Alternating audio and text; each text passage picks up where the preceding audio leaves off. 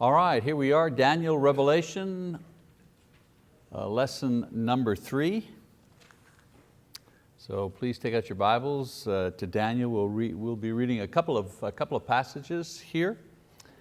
And as I mentioned in the last couple of lessons, we are reviewing the book of Daniel in preparation for our study of the book of Revelation. Again, as a reminder, this is the outline that I gave you last time for the book, and I want to go over it again, put a little more detail into it this time. Book of Daniel really broken into 4 pieces, 4 parts. Part 1, he talks about the court of the king Nebuchadnezzar, chapter 1, verse 1 to 21. And we know the story, it's a familiar one. These young Jewish boys or men, Daniel and his 3 friends, are in captivity, and part of Babylonian captivity, for them anyways, was to train them in Babylonian literature and politics and so on and so forth. They are also placed in a high position. And so Daniel talks about that in chapter 1. Chapter 2 is Nebuchadnezzar's dream. And in Nebuchadnezzar's dream, he sees this great statue with the head of gold, silver arms, brass and hips, and of course legs of silver, not silver but iron mixed with clay for the feet. And he has this dream, and he sees a rock that is formed, or stone that is formed without hands, all of a sudden appearing and striking that statue on its feet, and the statue disintegrates and is blown away and disappears. And we know in this particular story that Daniel comes forward to discern the dream, and he interprets it, and from historical records we know that he was correct in his interpretation. He tells the king that the statue represents kingdoms that are to come. And so the head, of course, is the present kingdom of Babylon, the head of gold, the silver chest and arms, the Medo-Persian Empire, which followed the Babylonian one. The brass belly and hips were the Greeks. The Greeks are the ones that overcame the Medo-Persian Empire. And then the iron legs and feet mixed with iron and clay were the Romans. The stone was Christ and His church that appeared during the Roman period. Now Daniel doesn't give all this detail. He simply gives, the stone hits the base of the statue and so on and so forth. But we know from history that stone was the imagery of Christ and His church that appeared during the Roman period and eventually grew to cover the earth, while all the kingdoms before it were crushed and have disappeared from world power. No more Babylonian Empire, never regained its strength. No more Medo-Persian Empire, no more Greek Empire, no more Roman Empire. And so for a couple of thousand years, these great kingdoms have remained dormant, if you wish, and have disappeared from the historical scene. So from this point on, Daniel and his 3 friends are given a high position because the king recognizes Daniel's great gift of being able to interpret dreams and visions. So that was the second part of the book. The third part describes the 4 episodes in Daniel's life, chapter 3, verse 1, all the way to chapter 6, verse 28. And we're going to talk about that tonight, so I'm not going to spend any time there. And then the fourth part are the 4 visions of Daniel's prophecy, chapter 7 to 12.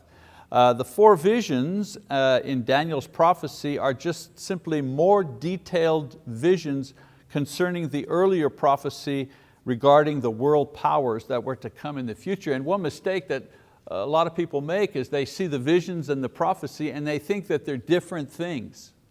And they're not different things. They're just 4 different ways of seeing the same thing.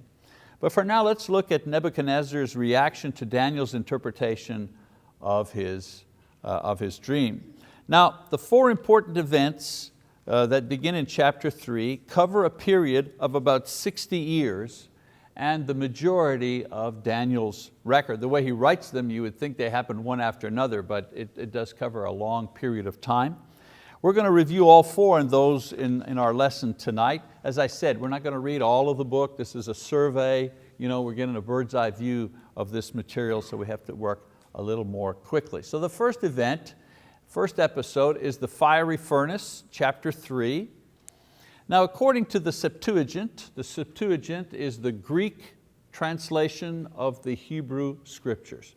There was a time when the Greek culture was very prominent, and many Jews were not able to speak Hebrew, but they could speak Greek because it became the language, if you wish, of the nations. And so as to not lose the value of the scriptures, 70 scholars were appointed to translate the Hebrew, what we would call the Old Testament, to translate the Hebrew Old Testament into Greek, into the modern language of the times. And that particular translation is called the Septuagint. So according to the Septuagint, this event, the fiery furnace, took place in the 18th year of Nebuchadnezzar's reign, after Daniel had been in Babylon about the same amount of time, 18 years. This was the same year that Nebuchadnezzar returned to Jerusalem a second time in order to burn it down and to destroy the temple. It's interesting that Daniel does not appear in this. He writes about it, but he himself does not appear. So let's read just a small portion of this, beginning in chapter 3, verse 1.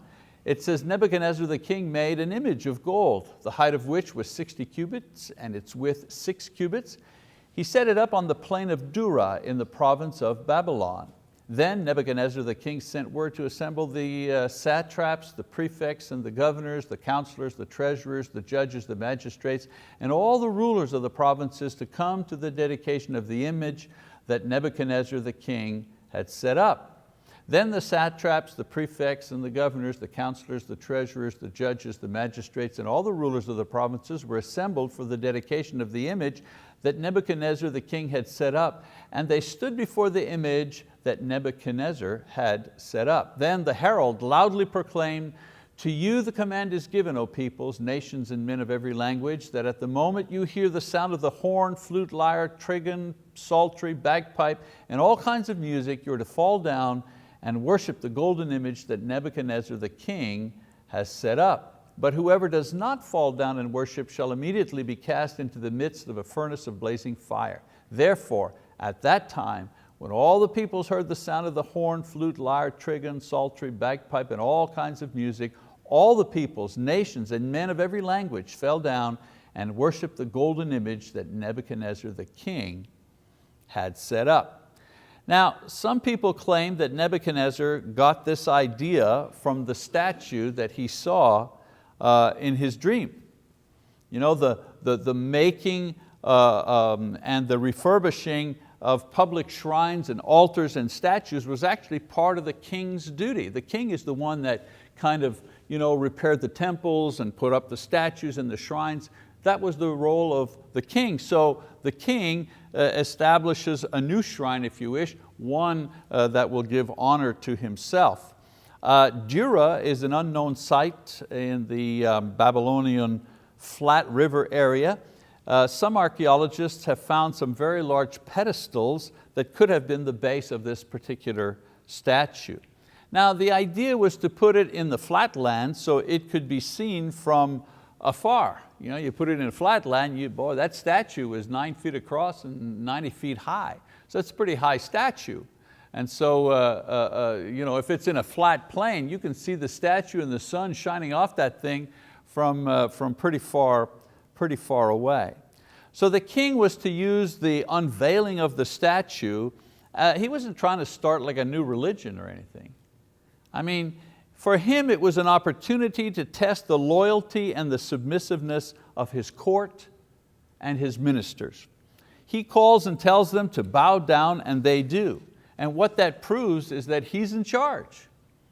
He made a statue. You don't see him mentioning there's a new God, a new theology, no.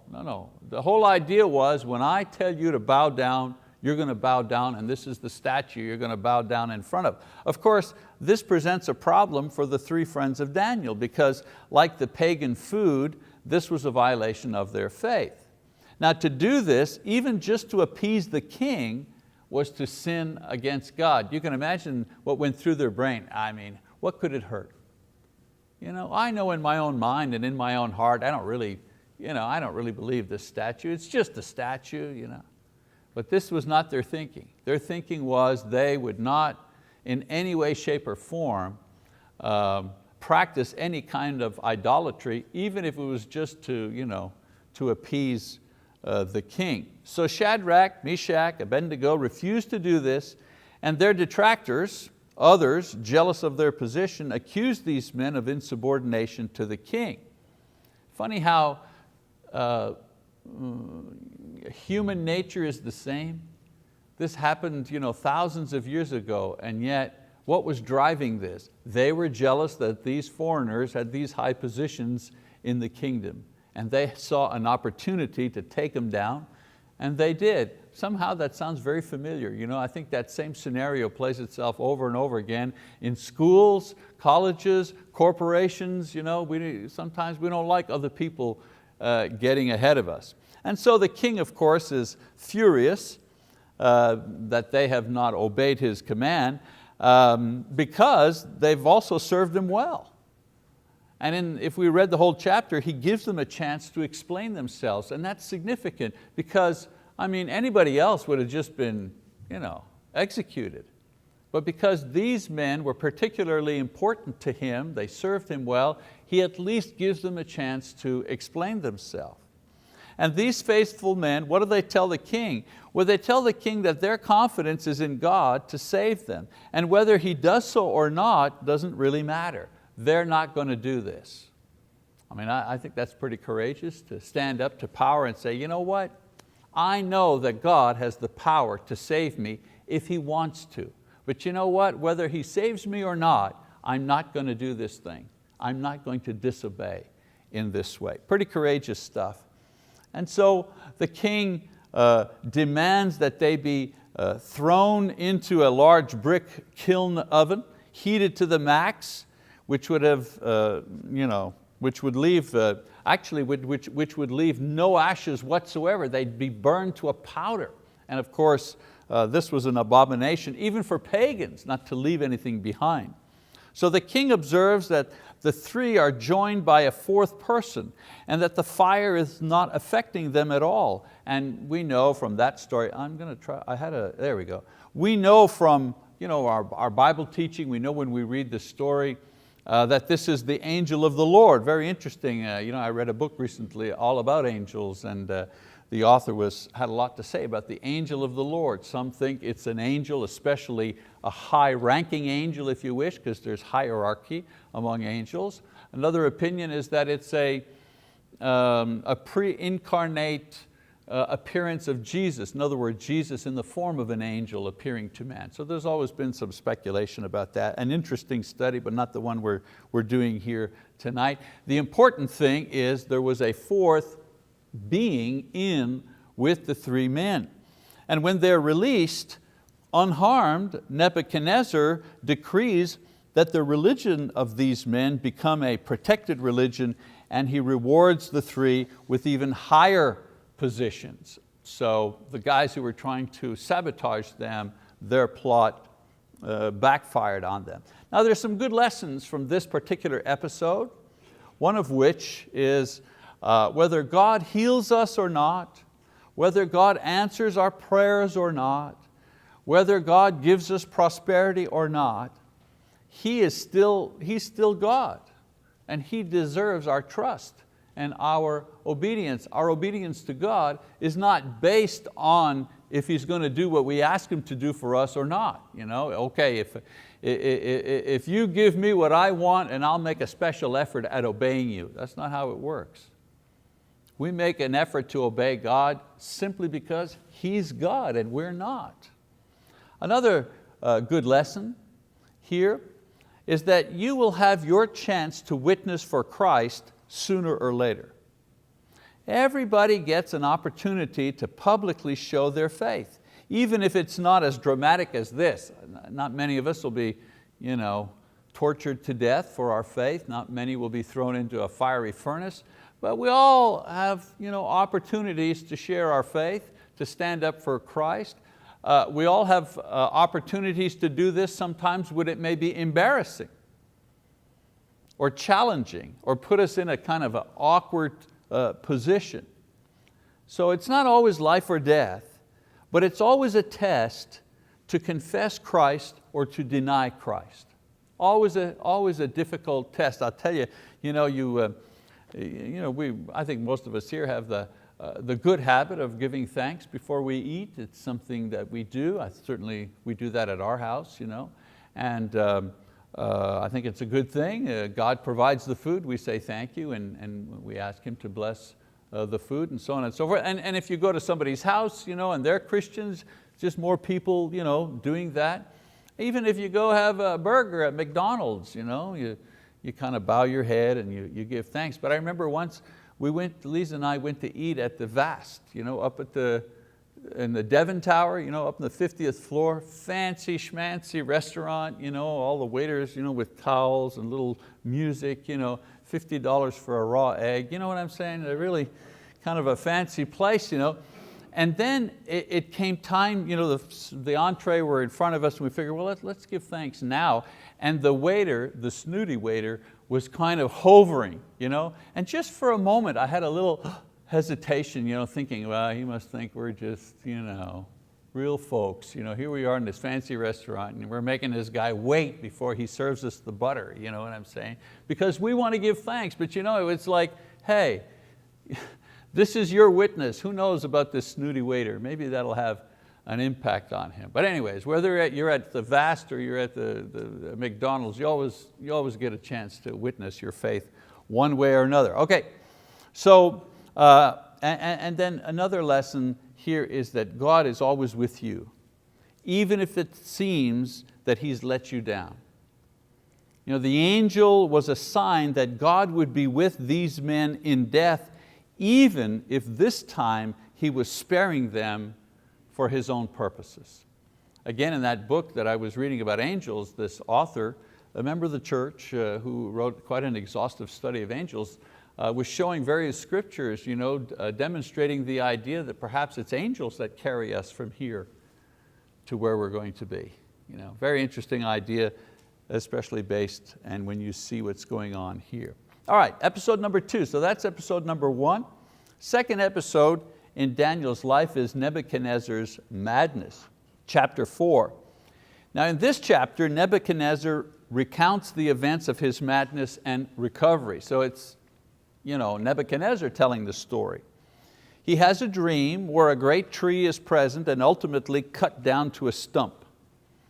And Daniel tells him that the tree represents him, and that because of his pride, his sanity will be taken from him, and he will have the mind of an animal for 7 periods. Now, there's a term for what he had. It's called lycanthropy. It's a form of schizophrenia. An individual begins to act out like an animal of some kind.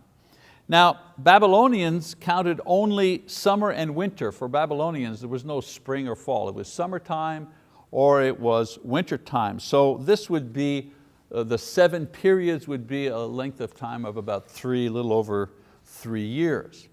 So Daniel also appeals to the king to repent of his sins and to do good deeds to avoid the punishment from God.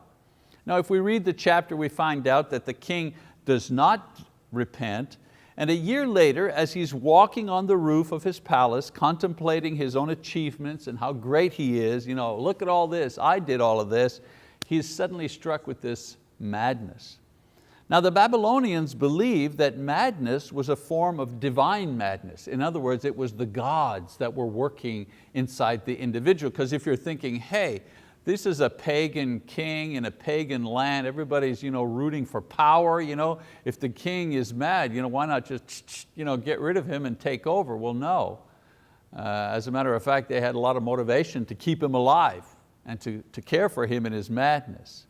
There are actually some inscriptions by Nebuchadnezzar that have been found by archaeologists, thousands of large bricks that tell of all of his great victories and his great works. And these bricks were used as building bricks for a lot of the monuments and a lot of the structures in Babylon. Well, what's interesting is one of his writings mentions a period of 4 years where he did no public works and where he did not delight in his kingdom, a kind of a passing reference to this episode, which is explained in detail in the book of Daniel. So with time, he recognizes his sin and he acknowledges that God is the true ruler of the world, and this includes the ruler of kings. And after this realization and confession, he's restored to health, to his position, and also to his splendor. Now, an interesting thing about this episode is to trace the progression of Nebuchadnezzar's faith, beginning with a fierce, pagan, and proud ruler. That's where he starts. And so after Daniel interprets his original dream, he acknowledges that God is stronger than all the gods. So he's still a polytheist who has added the Lord to his list of gods. That's when Daniel does his first interpretation. Wow, your God's pretty powerful. We got all these other gods that they have power, but your God is really powerful, so he adds God, Jehovah, to all his other gods. That's his first step of faith. Well, after the furnace, he declared, where the men are put in to be burned and they don't burn, and he sees the fourth man. So after the furnace episode, he declares that worship to this powerful God is a good thing and it should be protected. So now he's a sympathetic polytheist. He's still a polytheist, but now he's sympathetic. You know what?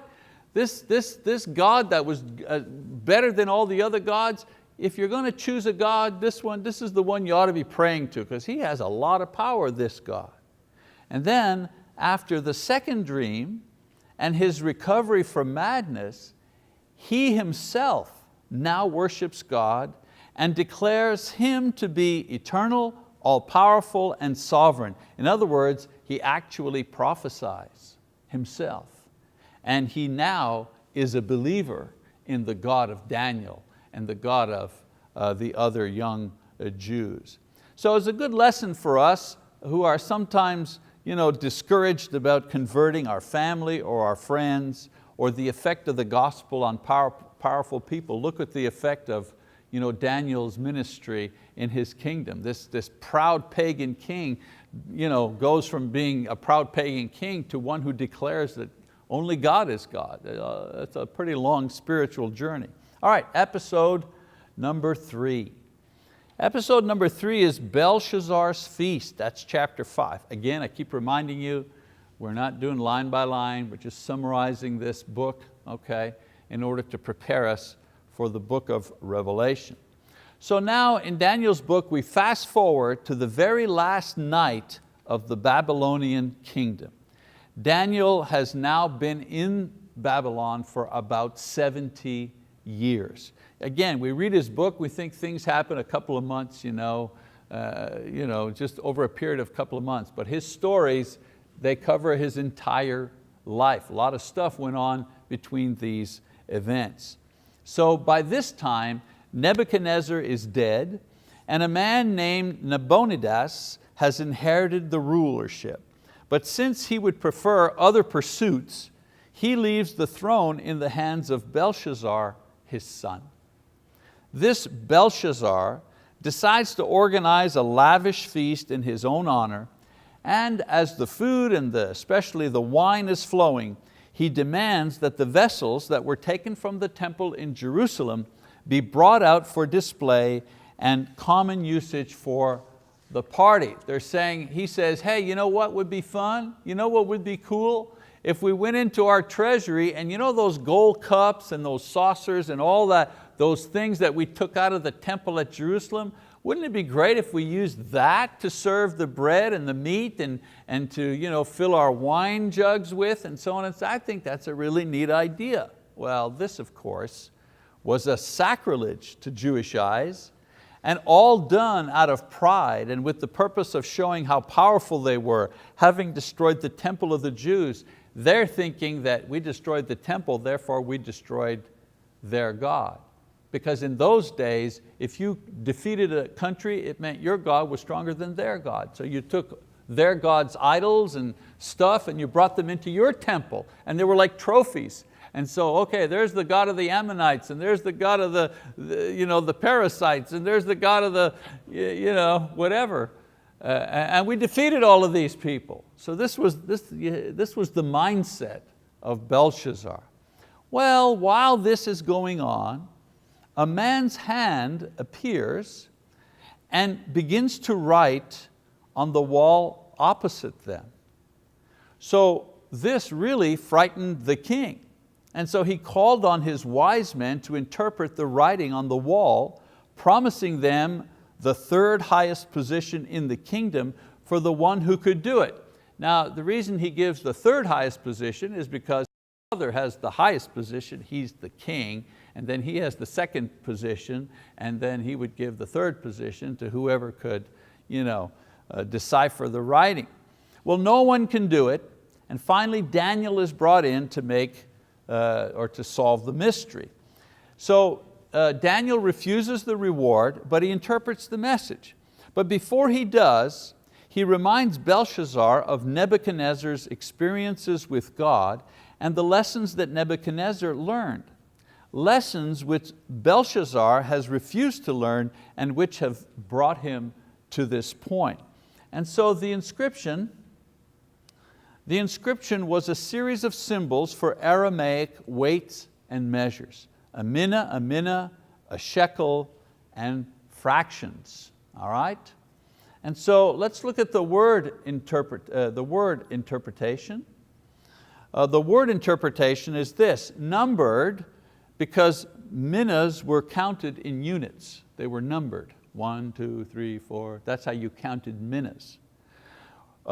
Shekels were measured by weight. Okay, they weren't counted, they were measured by weight. And fractions represented division.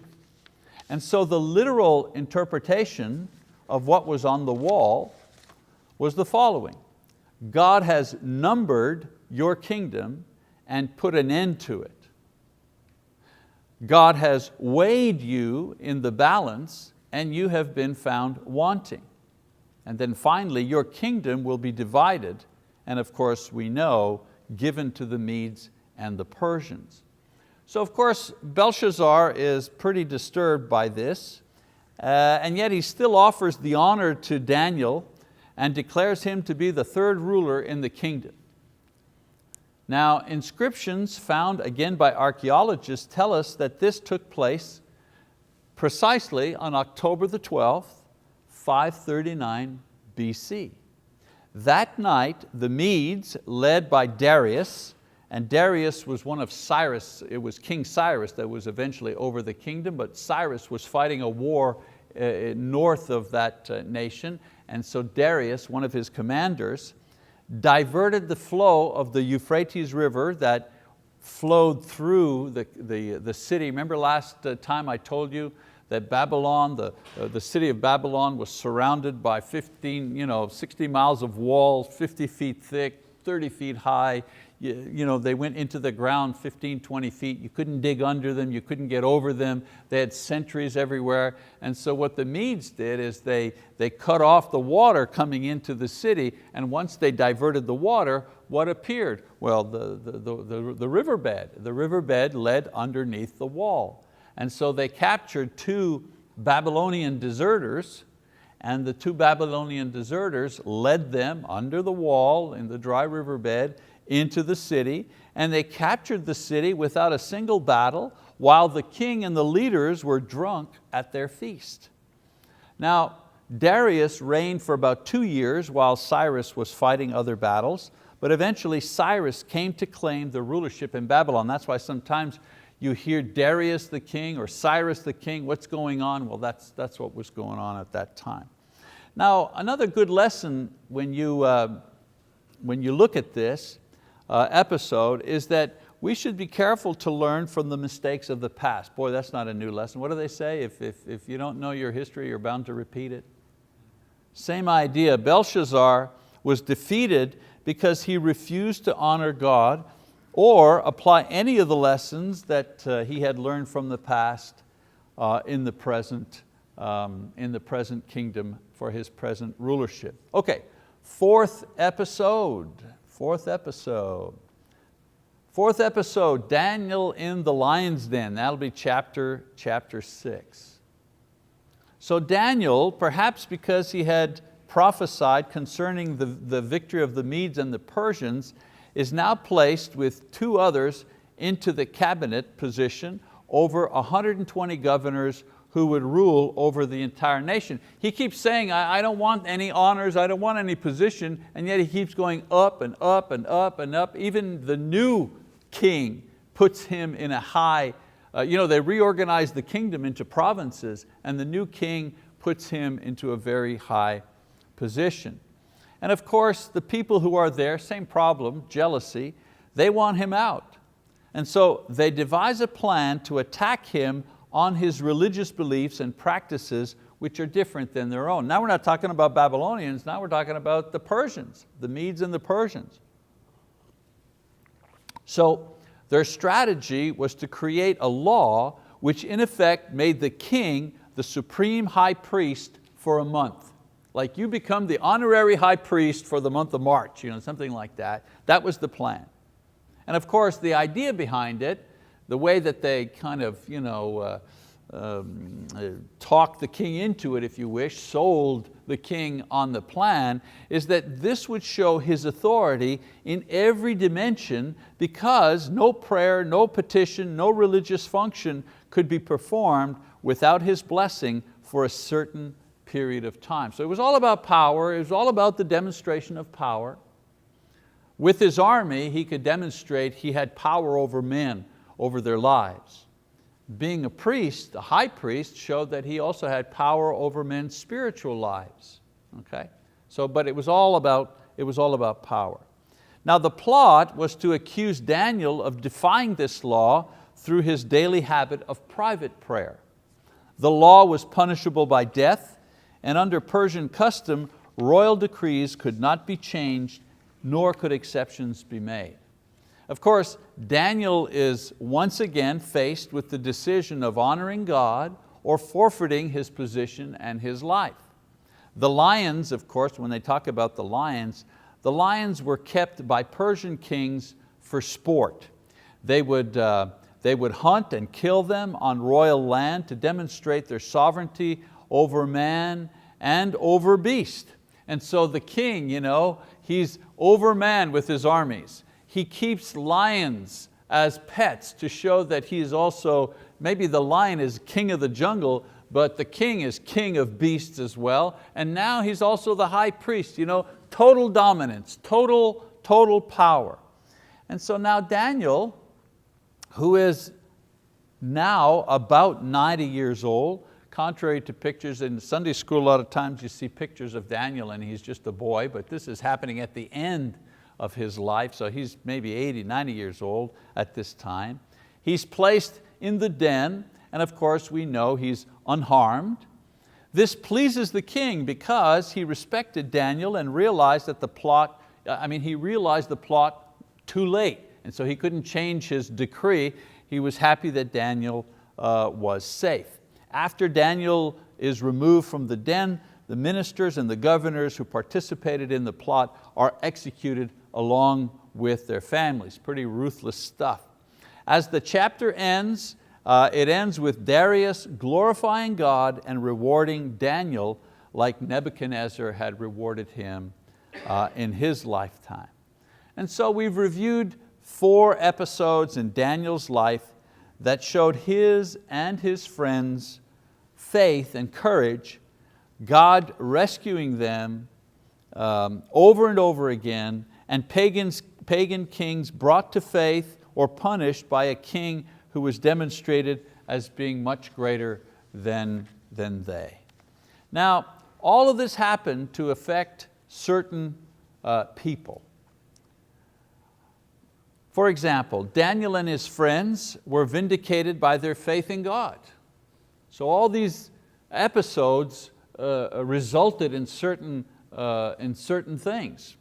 For Daniel and his friends, they demonstrated that their faith was sincere in God, and God would take care of them. The kings and the leaders in Babylon came to know and honor the true God, who raises up kings and kingdoms and has the power to destroy them and destroy their idols. And of course, the Jews who were in Babylonian captivity, I mean, think about them for a second. They saw their city and their temple where God dwelled destroyed and overrun by pagans. They had to put up with the boast of their captors that the power of their God was not any greater than the power of the pagan gods. They had to put up with that kind of taunting, that kind of derision. And their captivity and destruction of Jerusalem was pretty, it was pretty convincing proof, when they're saying to you, wait a minute, I thought your God was the great God. I thought your God was the God that led you out of Israel. I thought your God was the great God that did all these miracles. Where is He now?